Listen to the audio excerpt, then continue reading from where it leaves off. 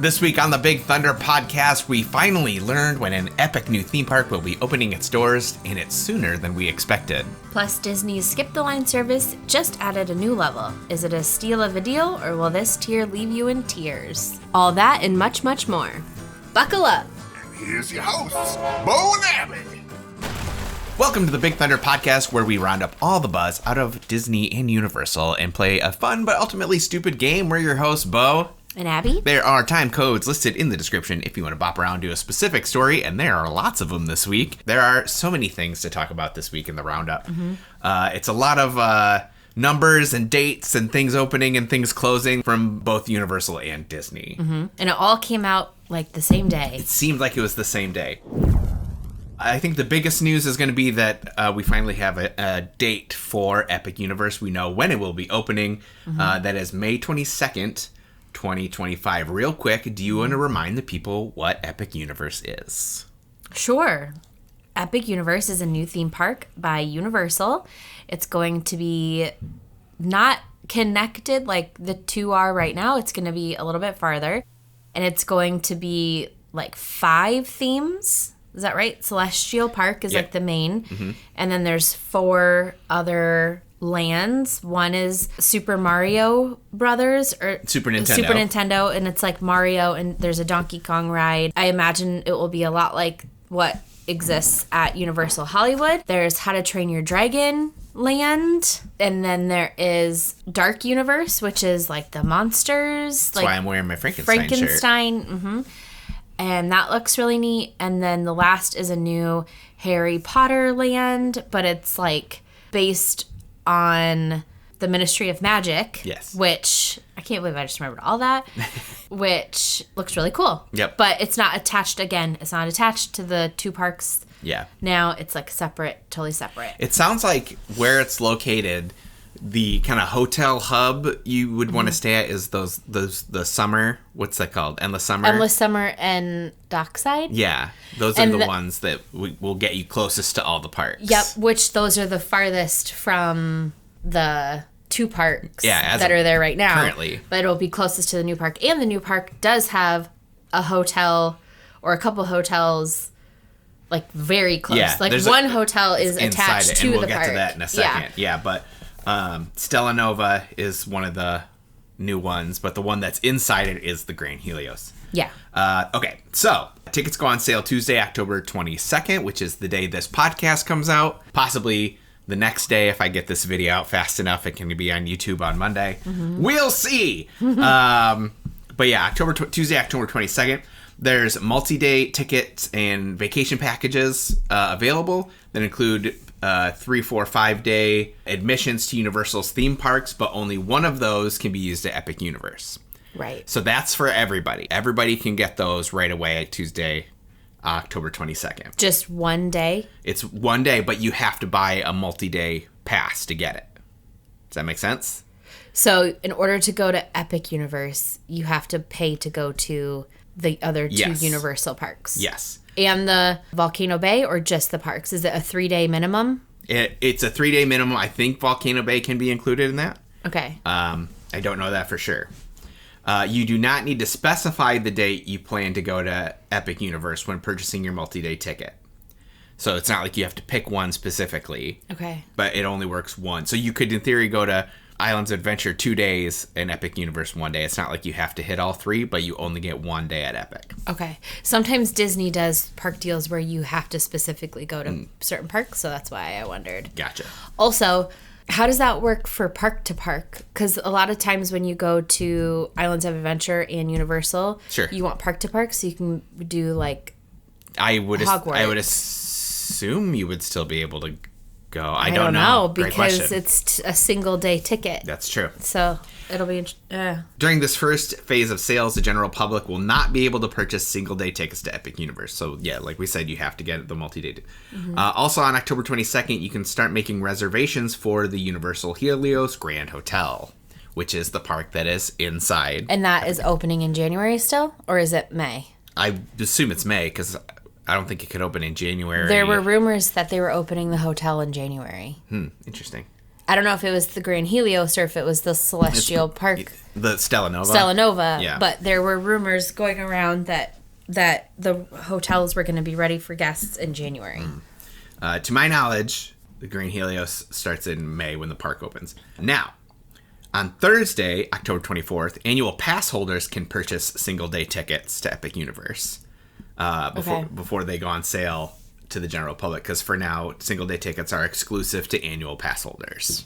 I would imagine this is for crowd control reasons. Yeah. Yeah, because I bet there's going to be a lot of people that want to go for multiple days. I know we have said, or at least I have said, like, whenever we do get a chance to go to Epic Universe, like, I would need multiple days because I would want to spend the whole time, at, like, the Dark Universe, and you guys will probably have to drag me out of there. Yeah. So we want to make sure that you guys get enough time in, Super Nintendo World or the Isle of Berk, which I would also love as well. But, like, I understand. The monsters have held a place in my heart my entire life. Mm-hmm. So it's kind of a dream come true to be able to go when they there. closed the Monsters Cafe, everyone was I was furious. I was even tweeting Svengoolie about it. I know. Everyone thought that was the end, and little did you know that a whole land was coming. Yep. Do you know where I would be May 22nd if I was in Orlando? Where's that? Magic Kingdom. Oh, because, I would pick a Disney park that day. I would imagine the parks will be pretty light there.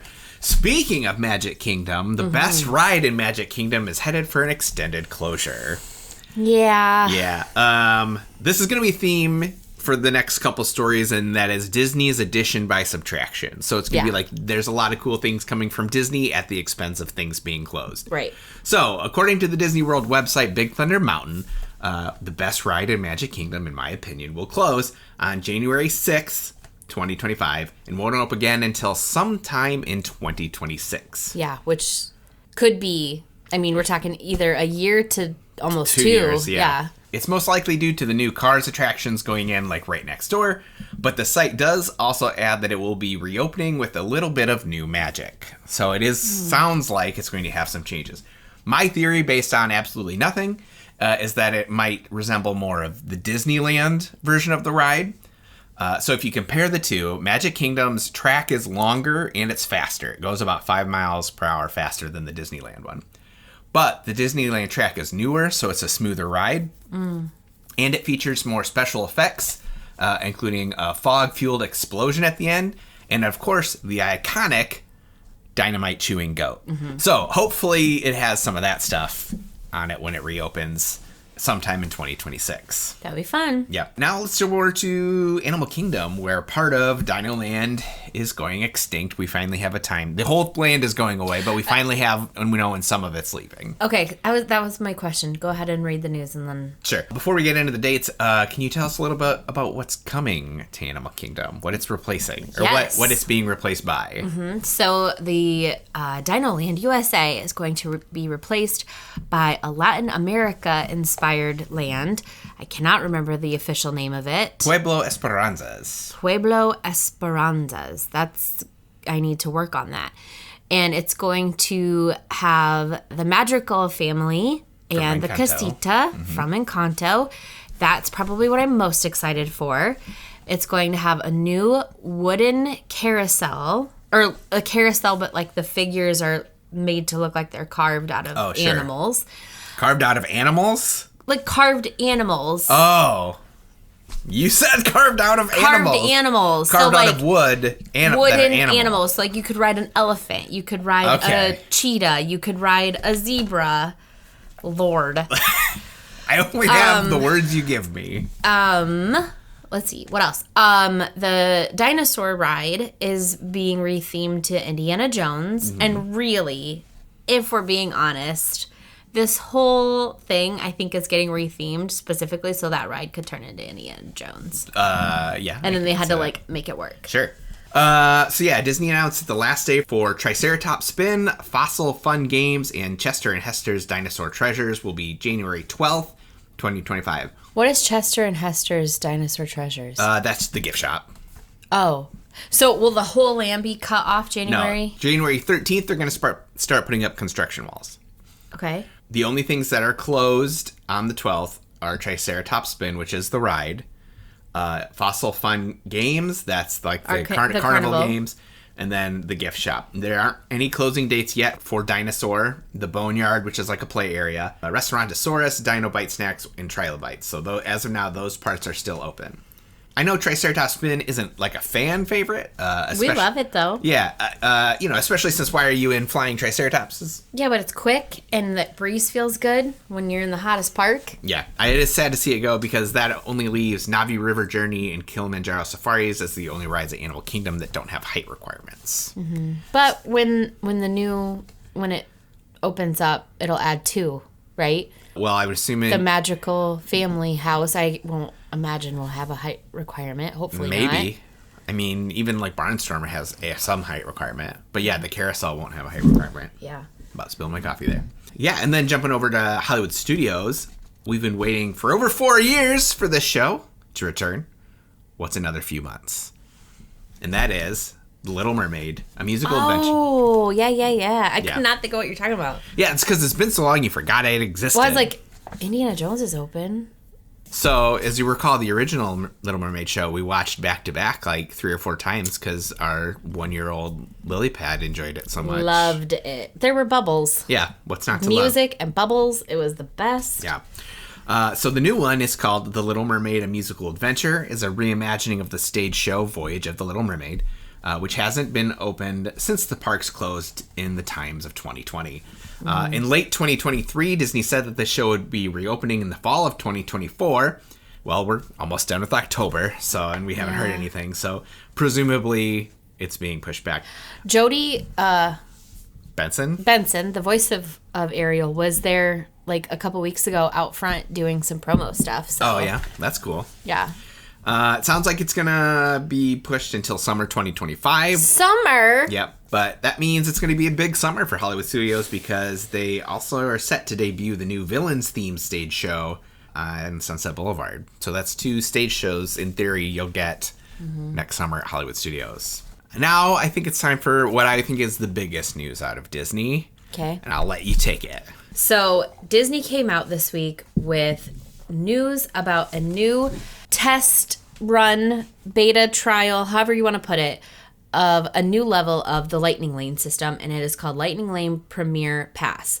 Starting October 30th, which is just like a week-ish away, week and a half away, at Disney World, and October 23rd at Disneyland, the Lightning Lane Premier Pass will be out, and this will allow guests to immediately join a Lightning Lane without having to make a reservation or a selection in their app.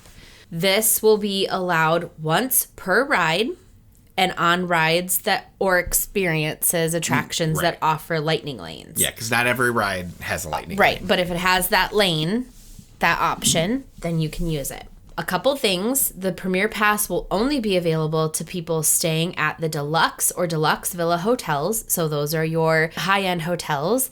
And guests at the hotels will be able to purchase their Premier Pass up to 7 days in advance, just like you can do with lightning lanes right now.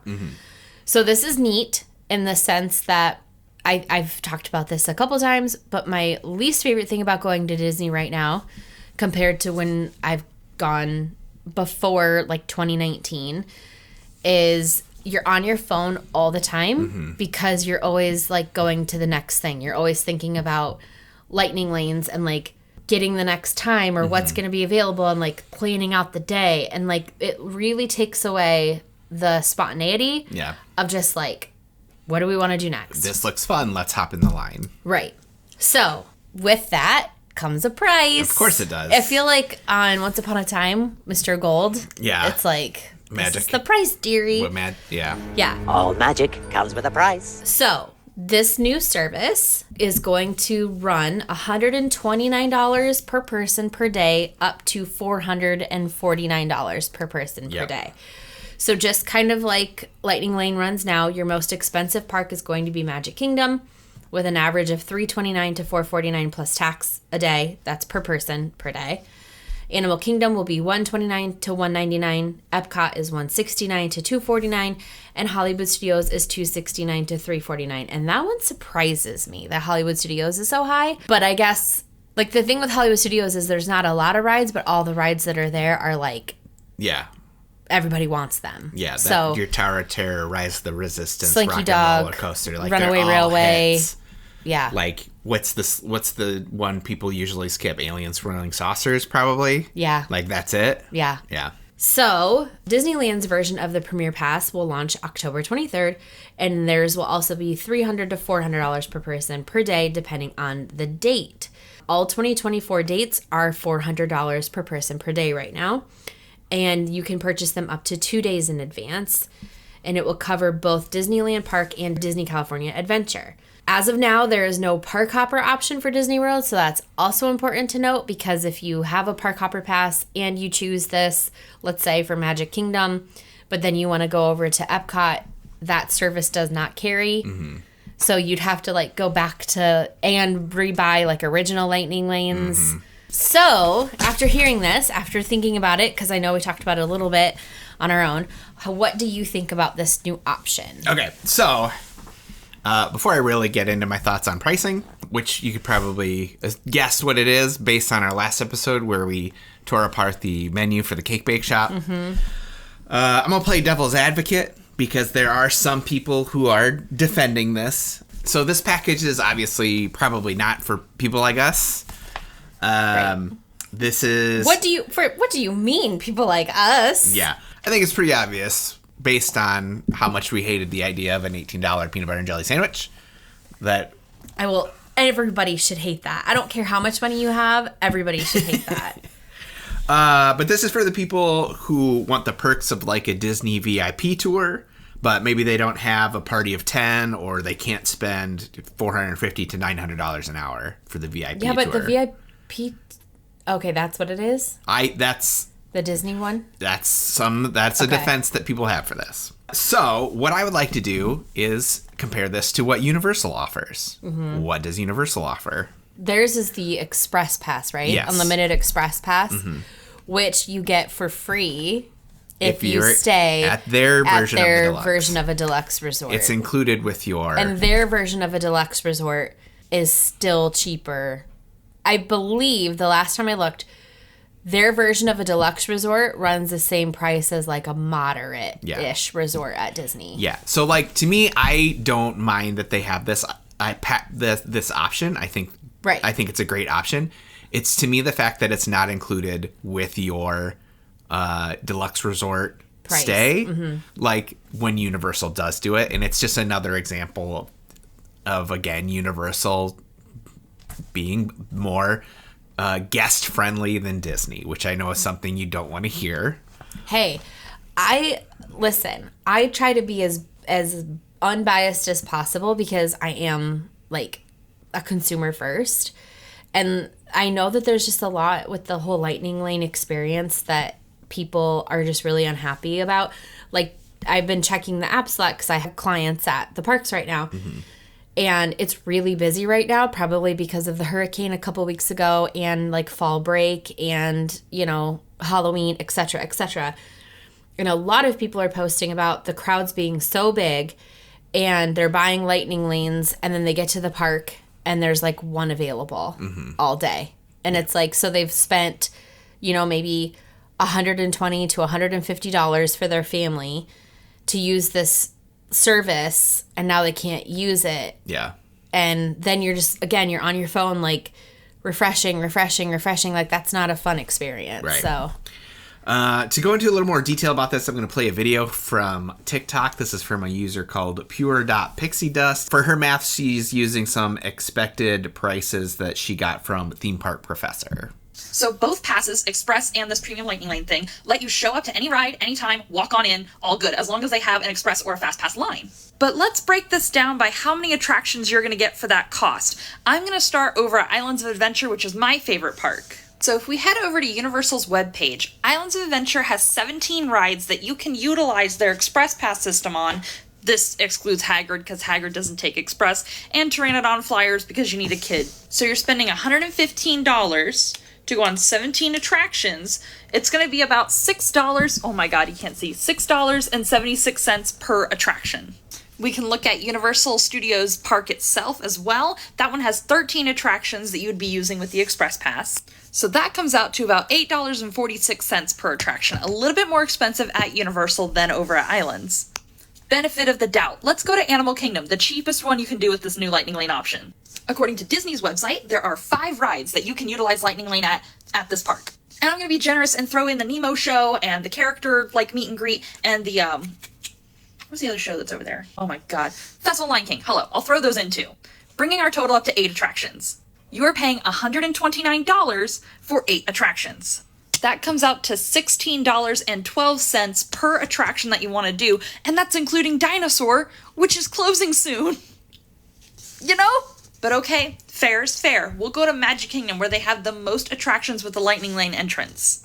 From their website, I counted 19 attractions that you could probably use this system on. I don't know if they're going to honor Tron or Tiana, but it feels like they will, so in good faith, I'll go 19 attractions. So for that, you're going to pay about $17 per attraction you want to experience at Magic Kingdom. I found 15 attractions, including the stage shows, to use Lightning Lane at, which don't use them at stage shows. Oh my god. And that comes out to $17.93. For Hollywood Studios. The difference is astronomical. And then $15.36 at Epcot. Mm-hmm.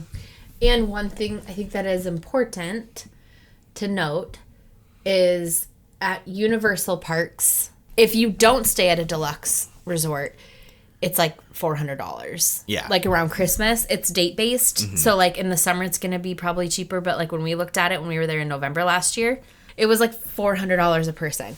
So there's a lot less people using it. Lightning Lane, if you purchase this, you're still going in the Lightning Lane with everybody else. So you're still potentially waiting 10 to 15 minutes. It's not a walk-on. Right. I feel like she made it seem kind of like it was a walk-on, so that's something to note, that like you're still waiting. Yeah. You're just not maybe waiting. I like to use Winnie the Pooh as a good example. I feel like the standby for Winnie the Pooh is normally like 45 minutes to an hour, and you can normally use a Lightning Lane for like 10 minutes. Yeah. Which I could not imagine being in that line for an especially hour. because there's drums in the line for Winnie And the Pooh. just the audience Like kids can drum. and the audience is babies and kids and toddlers, and it's loud. Yeah. But if people want to check out Epic Universe in May, DinoLand before it closes, or if they want to try out... Hold on. We can't, I feel like we need to wait. We can't just like end it there. What do you want to say? What's left to say? I don't know. Just like, I feel Okay. like we just harped on it so hard, and then we're like, okay, we're done. Okay, well, do you... Any final thoughts? Well, what are you never told me what you actually think. Would Sure you I pay did. for this? Would I pay for it? Yeah. No, I don't think so. I don't... What price point would you pay for it at? I wouldn't pay for it. I wouldn't pay for it. We pay for Lightning Lane, though. That's what I Happily. would pay for. I would pay for the Lightning... I'd rather pay for the Lightning Lane and be on my phone than have to pay an extra $400. I'd rather pay an extra $40 and have to be on my phone than pay $400 and be able to walk in. So let's say it was $30 Magic Kingdom Lightning Lane or $99 Premier Plus per person. I would probably pay $100 to not be on my phone per person. Oh my god, that's $400 though. Yeah. So would you? No, I don't think so. Yeah. There is a market for it. There is a person who will do this. The Grand Floridian crew will. Yeah, but I don't. It's not for us. It's not for us who do split stays at All-Star movies. That's because we genuinely wanted to see All-Star movies. I know. though.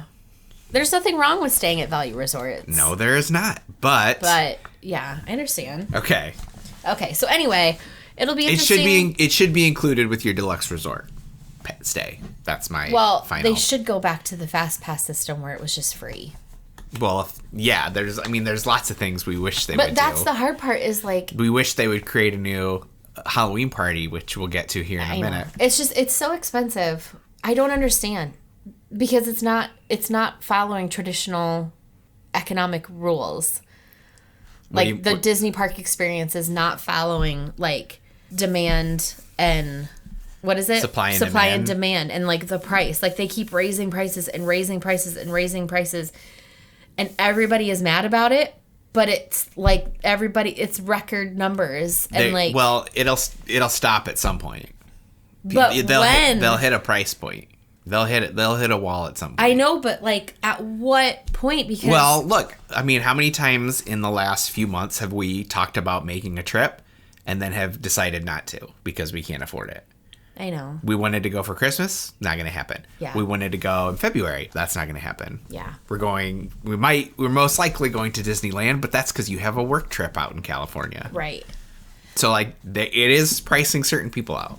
I know. That's sad. I don't like that. We weren't supposed to end on a low note again. Anyways, we'll have to see what's to come. How it works. If people like it. If people will pay for it. Yeah. Because maybe people won't pay for it.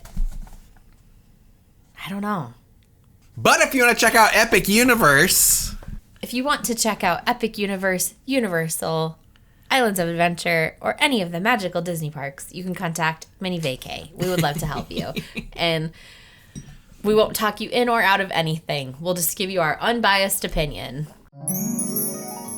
Here on Big Thunder Podcast, we like to keep things as real and authentic as possible. And one hard truth is that for as amazing and magical as a trip to Disney or Universal can be, planning one can be a little intimidating and sometimes even frustrating. What are the best parks for my family? What are the best places to stay for my budget? Do I really need to wake up at 4 a.m. 2 months before my trip to book dinner reservations? It can definitely be a lot. But that's where Minnie Vacay can help you. We are certified Disney and Universal travel planners who specialize in taking the hard stuff off of your plate. We love waking up at 4 a.m. for Disney stuff. And not only are our services completely free to you, but when you book a vacation package with us, we'll send you a $25 gift card. Minnie Vacay is a part of Gateway to Magic Travel, an authorized Disney vacation planner and Disney earmarked agency. Check us out on social media. We're on Facebook and Instagram to get the ball rolling on your next magical adventure, or you can also see all of our information at minnievacay.com. What is the Candlelight Processional? Something I have always wanted to go to that you'll never let me. Okay, I think you need to be a little more specific. The Candlelight Processional is something that you can purchase tickets for at EPCOT during the holidays, where they tell the story of Christmas. I don't know if they go from the Bible or if it's just a story of Christmas. And there's like a big choir and there's candles and they walk in a procession. And there's music, they sing, and there's a guest narrator, usually a celebrity. It's always a celebrity. Yeah. You are being rude. You're being catty. The audio people didn't see the face you made. They are celebrities. Most of them are people that have been heard of before. Okay. Truthfully, when we have looked at the list, over half were like, who's that? I have no idea who that person is. Well, those of us with their finger on the pulse of pop culture know who everybody is. Yeah? The new speakers this year are Nico Santos, who you'd know from Superstore. You'd know him if you saw him. Titus Burgess, another one you'd know if you saw him. Unbreakable Kimmy Schmidt. And then Ralph Macchio, who is from The Karate Kid. He's the only one I knew. He's a resurgence from Cobra Kai. I think they just saw that there's a new Karate Kid movie coming out that he's going to be in with Jackie Chan. So he's a star from the 80s. Well, and having a comeback. Mm-hmm. Other readers include Josh Gad, Whoopi Goldberg, Brendan Fraser, Pat Sajak, Sterling K. Brown, Jodie Benson, and more. Neil Patrick Harris is usually the draw. Yeah, everybody goes to his. I didn't name him because I don't like Neil Patrick Harris. He was rude to Rachel Bloom on Twitter. And Kevin Smith doesn't like him, and if you have beef with those two, you have beef with me. What? Okay. Wow. And that's my stance on Neil Patrick Harris. Okay. I said what I said. Oh, another star from the 80s, Neil Patrick Harris. Whoa, we scraping the bottom of the barrel, getting Doogie Howser out of here. I'm sorry, he got famous for our generation, my generation, for How I Met Your Mother. Well, those of us who remember when he was a little kid writing in his diary. You don't remember. I remember the Doog. He ended every episode, Dear Diary, on his computer he had in his room, and we were like, a computer in your room? That's very Gossip Girl. Yeah. He was always like, this is the lesson I learned today. Wow. Anyways. I'm grumpy today. I know you are. I want to fight someone. And it's you. Apparently. I'm ready to I'm just fight the you. only one here. Hey, if you're having a good time with us, make sure you check out the Big Thunder Podcast on Instagram and subscribe on YouTube. Now, next week on the Big Thunder Podcast, it is the final edition of the inaugural Big Thunder Podcast Halloween Spooktacular Bonanza Scarathon.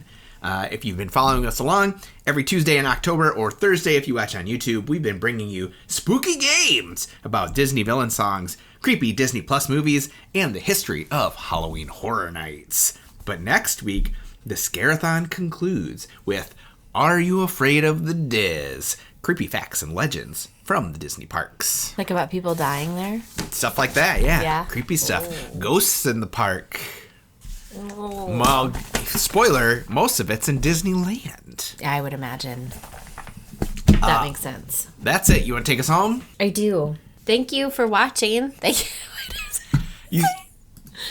You've only been doing this for I know. 30 episodes. I don't know It's in your stack Have of I papers shared there. with you that I'm a little tired and a little grumpy today? And that I'm not my best cheery self? If you're enjoying the show, please go to your podcast player of choice and click follow and then turn on automatic downloads. Not only will this help the show grow, but it will give you the best listening experience possible.